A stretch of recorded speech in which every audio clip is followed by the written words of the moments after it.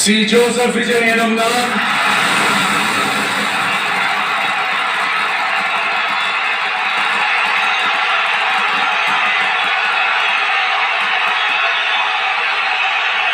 சட்டப்படி அமைக்கப்பெற்ற இந்திய அரசியல் அமைப்பின்பால் உண்மையான நம்பிக்கையும் மாறா பற்றும் கொண்டிருப்பேன் என்றும் இந்திய நாட்டின் ஒப்பில்லாத முழு முதல் ஆட்சியையும் ஒருமையையும் நிலை நிறுத்துவேன் என்றும் தமிழ்நாட்டு அரசின் முதலமைச்சராக உண்மையாகவும் உளச்சான்றின்படியும்